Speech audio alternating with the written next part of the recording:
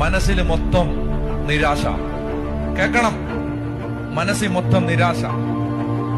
ആ മനുഷ്യൻ ആ 40 വർഷവും അമ്മായിപ്പന്റെ ആടുകളെ മേയിച്ച് നാണം കെട്ടൊരു ജീവിതം നയിച്ച് മരുഭൂമിയുടെ ഓരോ ഊടുവഴികളിലൂടെയും യാത്ര ചെയ്യുമ്പോഴെല്ലാം ഉള്ളിൽ അയാൾ കരഞ്ഞുകൊണ്ടേയിരുന്നു, ദൈവമേ, എന്റെ മേൽ ഉച്ചരിക്കപ്പെട്ട ദൂതുകൾ എവിടെ?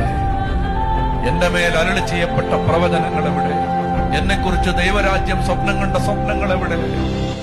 ഇപ്പൊ എന്റെ അവസ്ഥ എന്താ?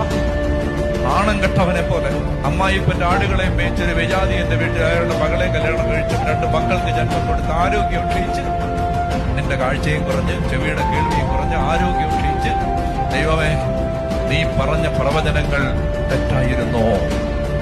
അമ്മ പറഞ്ഞ അരുളപ്പാടുകൾ കള്ളമായിരുന്നോ? അമ്മ പറഞ്ഞ ദൂതുകൾ പൊള്ളയായിരുന്നോ? 40 വർഷം കൊട്ടാരത്തിൽ രാജകുമാരനെ പോലെ ആടയാഭരണങ്ങൾ ധരിച്ച് മൃഷ്ടാന്ന ഭോജനം കഴിച്ച് എല്ലാ പരിവാരങ്ങളും പരിചാരകന്മാരും കാവൽ നിന്ന ഒരു സുഭിക്ഷ ജീവിതം നയിച്ച സ്ഥലത്ത് നിന്ന് കുപ്പത്തൊട്ടി പോലെ വലിച്ചെറിയപ്പെട്ട് ഈ മരുഭൂമിയുടെ വിജനതകളിൽ ആടിനെയും മേച്ചൊറ്റക്കലയുമ്പോ കീറിയ ഉടുപ്പും കീറിയ മേലങ്കിയും ക്ഷയിച്ചു തീരാറായ ശരീരവും നഷ്ടപ്പെട്ട സ്വപ്നങ്ങളുമായി ഒരു മനുഷ്യൻ ജീവിക്കുമ്പോ അയാൾ ആകെപ്പാടെ തകർന്ന് അയാൾ ആടുകളെ മേയിച്ചുകൊണ്ട് ദൈവത്തിന്റെ മലയായ ഹോറേബിൽ എത്തിച്ചേർന്നു. നിങ്ങളെ ശരിക്കും മോശയെ മനസ്സിലാക്കണം, എന്നാലേ നിങ്ങൾക്ക് ആ തീ ഇറങ്ങിയതിന്റെ സിഗ്നിഫിക്കൻസ് മതി. ഇപ്പൊ മോശ എന്ന് പറഞ്ഞാല് നമ്മള് ഈ 10 കമാൻഡ്മെന്റ്സിൽ കാണുന്ന പോലെ അയാൾ ഇങ്ങനെ പെട്ടെന്നൊരു സുപ്രഭാതത്തിൽ വന്നു ആ കർത്ത, അങ്ങനൊന്നും അല്ലത്.